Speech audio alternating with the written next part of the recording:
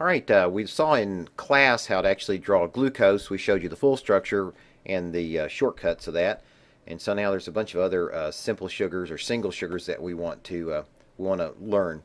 I want you to learn, actually. All right, notice that these guys are called monosaccharides, mono meaning one, and then, of course, saccharide meaning sugar. So these are single sugars, and you're going to see that they're going to have single rings, which is why I call them single sugars. All right, so let's review briefly the rules for drawing these, especially the shortcut rules. First of all, you don't have to put all the carbons in. You can simply, any intersection is understood to be a carbon. Any other atom has to be noted, but not carbons. Also, a quick way to draw hydrogens is just to leave lines hanging in space. So any line that's sticking out of a molecule, we all assume is going to be a hydrogen. All right, so let's review briefly glucose here. You can see we've got the alpha and beta forms of glucose. The difference is here. And we see the difference here is that in alpha we have this hydroxyl in the number 1 carbon in the down position, and in beta we have this hydroxyl in the up position.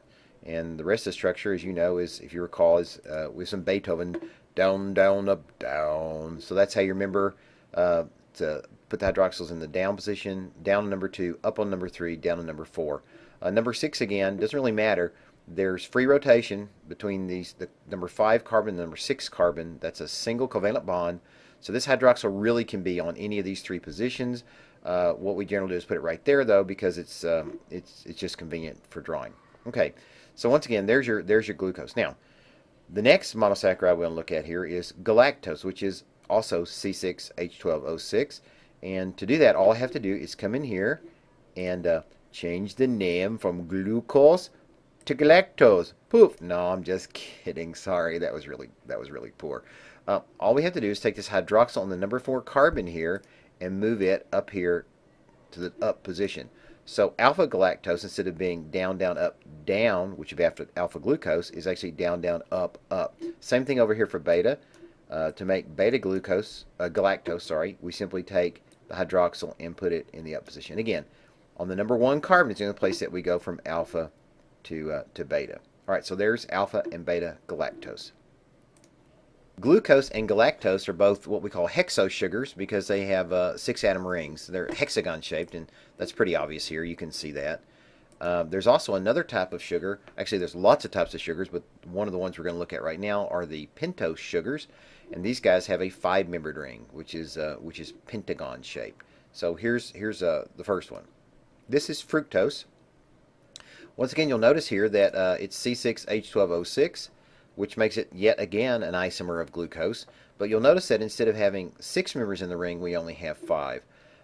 You'll also notice that there's 4 carbons, 1, 2, 3, 4 in the ring, with again our oxygen.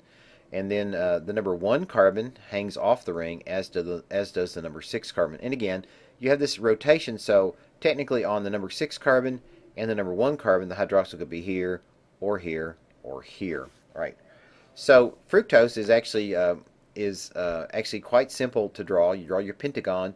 You have your number 1 carbon hanging off your number 6. But to figure out the middle 3 here on 2, 3, and 4, all you need is a diagonal like this. And if you'll notice, if I do a diagonal straight across the molecule, it shows me the location of the hydroxyls. So the number 2 hydroxyl is up, number 3 hydroxyl is up, and the number 4 hydroxyl is down.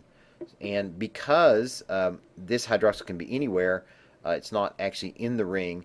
There is no such thing as an alpha fructose or a beta fructose. So it's just fructose. All right, the next pentose sugar we're going to look at here is ribose. This is an important sugar. It's going to be found in the structure of RNA. And this time it's not an isomer of glucose, but it's C5H10O5.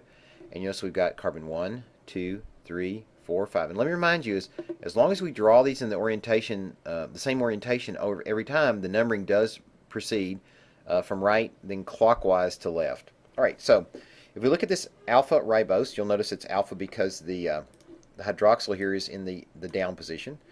There's a hydroxyl number 2 in the down position, hydroxyl number 3 in the down position, and of course number 5, which is up here, we can have the hydroxyl in any place. And so this would be alpha ribose. We can make this beta ribose by simply, let's see, I'm trying to figure out how to run the controls here, okay? Well, I'm going to just take this, I'm going to clone it and drag it over here. Now I'm going to make this a beta structure, and I do that simply by taking this hydroxyl and putting it up there. So really, ribose is real simple. All the hydroxyls are down except for, of course, one number 5. So here's alpha ribose and beta ribose. Another pentose sugar that you're going to see a lot in class is not ribose, but deoxyribose. Deoxyribose is in DNA. And of course, as the name would tell you, it's deoxygenated. We're missing an oxygen. So this is actually the structure for ribose down here. Looks identical to alpha ribose, except I'm going to get rid of this oxygen. Take that guy away, deoxygenate it, and so we're going to be left with, in the number 2 position, we're going to be left with a hydrogen there instead of a hydroxyl. So the formula, instead of being C5H10O5, we actually have C5H10O4. All right. So once again, let me come in here and clone this and pull it over here so you can look at it. Now we're going to take the alpha deoxyribose and we're going to make it beta by simply raising the hydroxyl here on top of the number 1 carbon.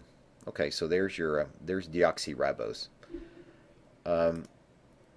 Want to remind you that after you've looked at all these monosaccharides, they do have a lot in common, which helps you recognize them very, very easily. The first thing is they often have the word ose in the name, and as you're saying, glucose, fructose, ribose, deoxyribose, they all have ose. So the ose ending will tell you that it's a carb.